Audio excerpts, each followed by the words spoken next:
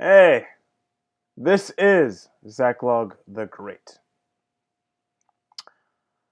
So a while back, I recorded a video talking about what we in the West can and should do for the people of Africa. And I'll put a link to that in the description. Someone commenting on that video, suggested I look up a particular blog post called Let Africa Sink. And I did so. And it impressed me so much that although it's taken some time, I emailed the author of that post and I asked him if he would mind if I recorded it as a video. And he said that was fine. There was only one caveat, that this post was originally written in 2002. He wanted me to make that clear.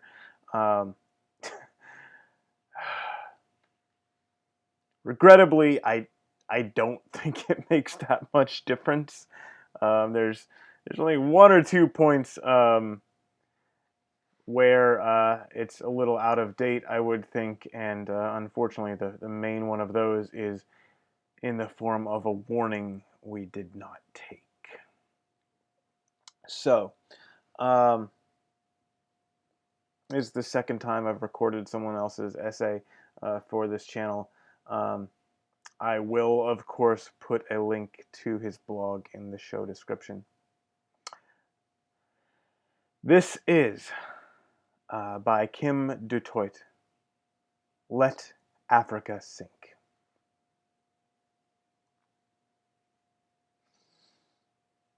When it comes to any analysis of the problems facing Africa, Western society, and particularly people from the United States, encounter a logical disconnect that makes clear analysis impossible.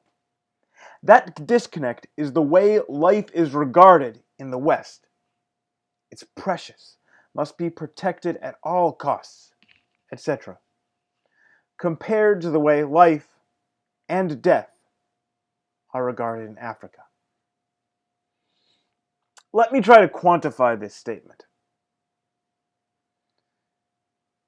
In Africa, life is cheap. There are so many ways to die in Africa that death is far more commonplace than in the West. You can die from so many things: snake bite, insect bite, wild animal attack, disease, starvation, food poisoning. The list goes on and on. At one time, crocodiles accounted for more deaths in sub-Saharan Africa than gunfire, for example. Now add the usual human tragedy: murder, assault, warfare, and the rest, and you can begin to understand why the life expectancy for an African is low. In fact, horrifyingly low, if you remove white Africans from the statistics. They tend to be more urbanized and more Western in behavior and outlook.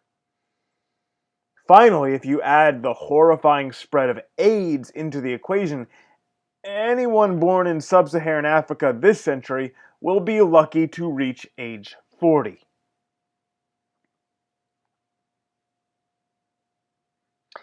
I lived in Africa for over 30 years. Growing up there, I was infused with several African traits which are not common in Western civilization. The almost casual attitude towards death was one. Another was a morbid fear of snakes. So, because of my African background, I am seldom moved at the sight of death, unless it's accidental or it affects someone close to me. Death, which strikes at total strangers, of course, is mostly ignored. Of my circle of about 18 or so friends with whom I grew up, and whom I would consider close, only about 8 survive today. and not one of the survivors is over the age of 50. 2 friends died from stepping on landmines while on army duty in Namibia. 3 died in horrific car accidents. And lest one think that this is not confined to Africa, one was caused by a kudu flying through a windshield and impaling the guy through the chest with its hoof. Not your everyday traffic accident in, say, Florida. One was bitten by a snake and died from heart failure. Another 2 also died of heart failure, but they were hopeless drunkards. 2 were shot by muggers. The last went out on his surfboard one day and was never seen again. Did I mention that sharks are plentiful off the African coasts and in the major rivers? My experience is not uncommon in South Africa, and north of the Limpopo River, the border with Zimbabwe. I suspect that others would show worse statistics. The death toll wasn't just confined to my friends. When I was still living in Johannesburg, the newspaper carried daily stories of people mauled by lions or attacked by rival tribesmen, or dying from some unspeakable disease. And this was pre-AIDS Africa, too. And in general, succumbing to some of Africa's many answers to the population explosion. Add to that the normal death toll from rampant crime, illness, poverty, flood, famine, traffic, and the police, and you'll begin to get the idea. My favorite African story actually happened after I left the country. An American executive took a job over there, and on his very first day, the newspaper headlines read, "3 headless bodies found." Next day, 3 heads found. The third day, heads don't match bodies.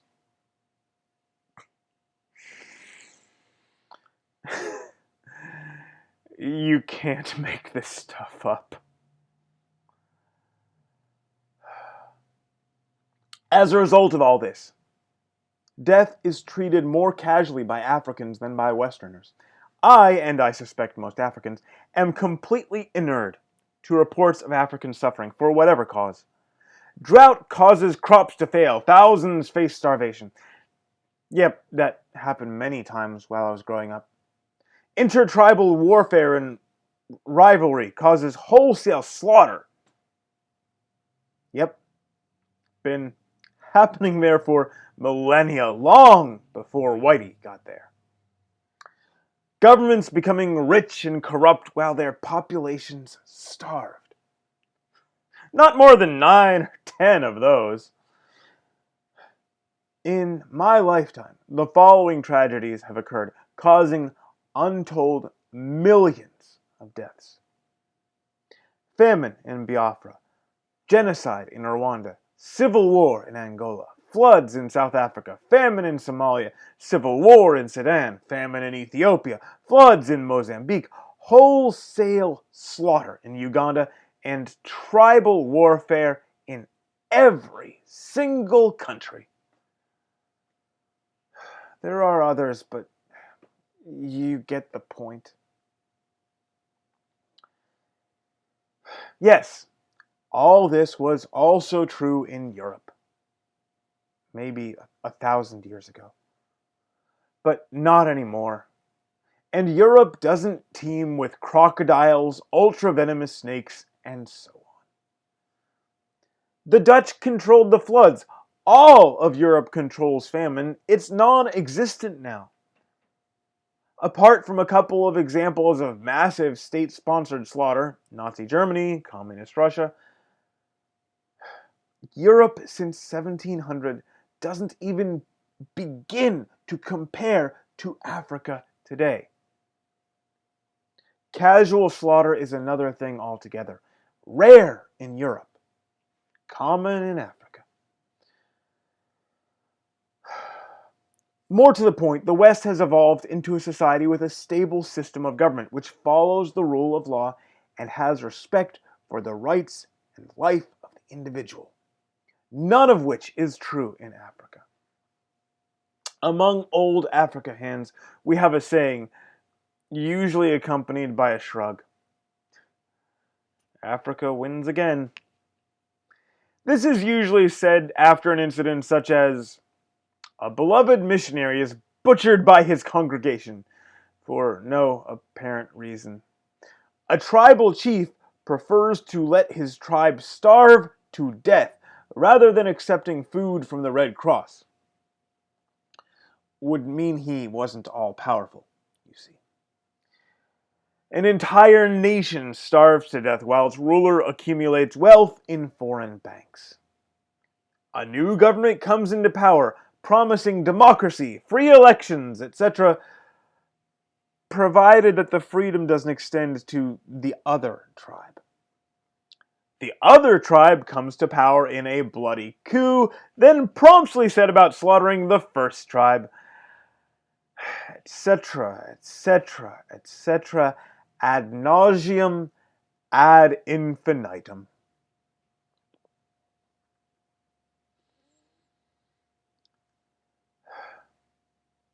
The prognosis is bleak because none of this mayhem shows any sign of ending.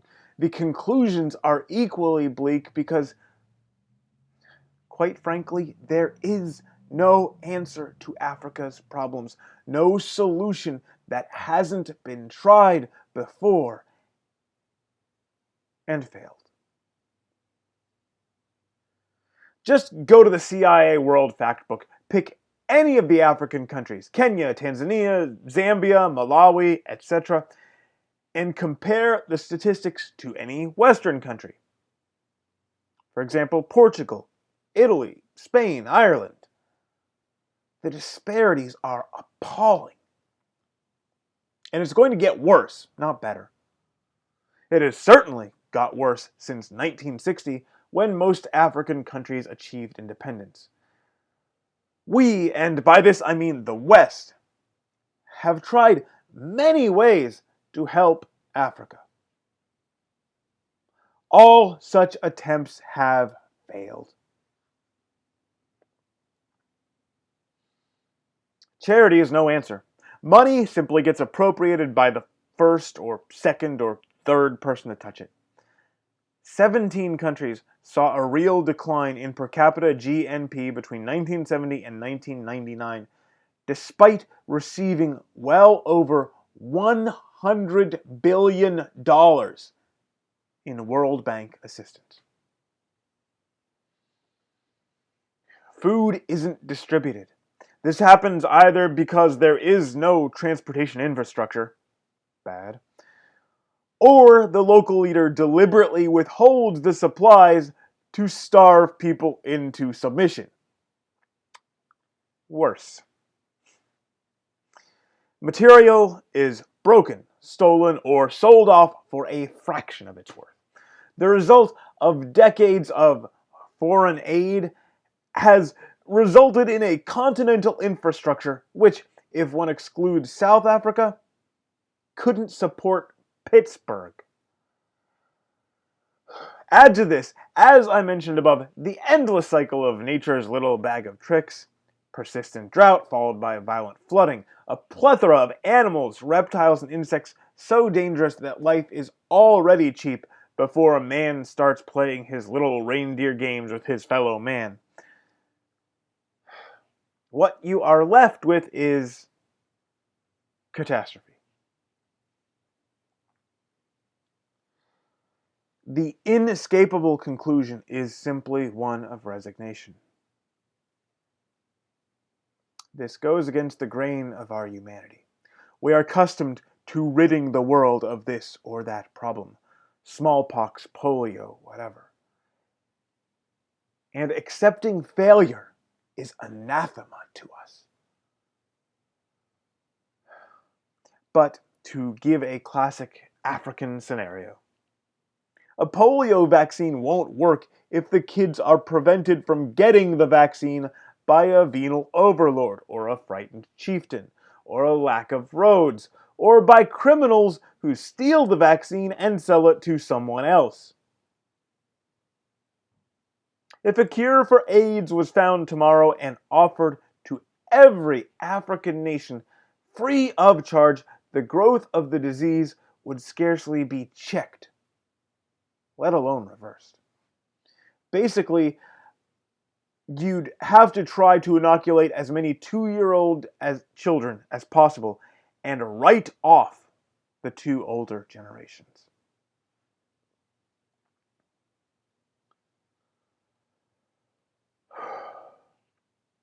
So, that leaves only one response, and it's a brutal one. Accept that we are powerless to change Africa and leave them to sink or swim by themselves. It sounds dreadful to say it, but if the entire African continent dissolves into a seething maelstrom of disease, famine, and brutality, that's just too damn bad. We have better things to do. Sometimes you just have to say, can't do anything about it. The viciousness, the cruelty, the corruption, the duplicity, the savagery, and the incompetence is endemic to the entire continent and is so much of an anathema to any right-thinking person that the civilized imagination simply stalls when faced with its ubiquity and with the enormity of trying to fix it. The Western media shouldn't even bother reporting on it. All that does is arouse our feelings of horror and the instinctive need to do something, anything. But everything has been tried before and failed. Everything, of course, except self-reliance. All we should do is make sure that none of Africa gets transplanted over to the US, because the danger to our society is dire if it does. I note that several US churches are attempting to bring groups of African refugees over to the United States. European churches the same for Europe. Mistake. Mark my words, this misplaced charity will turn around and bite us. Big time. Even worse would be to think that the simplicity of Africa holds some kind of answers for Western society. Remember Mrs. Clinton's little book, It Takes a Village? Trust me on this, there is not one thing that Africa can give the West which hasn't been tried before and failed. Not one thing that isn't a step backwards, and not one thing which is worse than or that contradicts what we already have.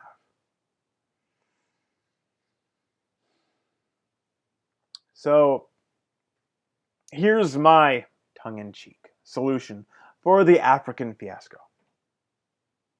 A high wall around the whole continent. All the guns and bombs in the world for everyone inside. And at the end, the last one alive should do us all a favor and kill himself.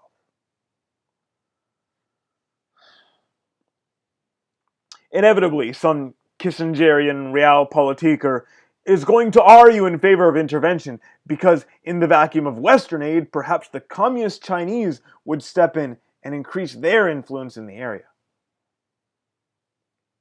There are 2 reasons why this isn't going to happen.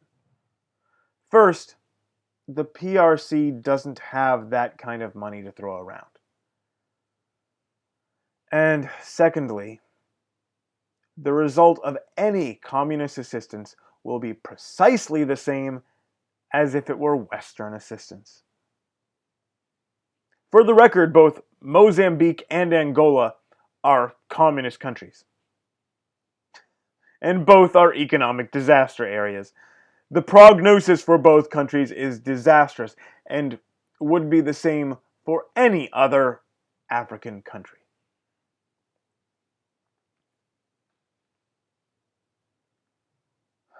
The West can't help Africa. Nor should we. The record speaks for itself.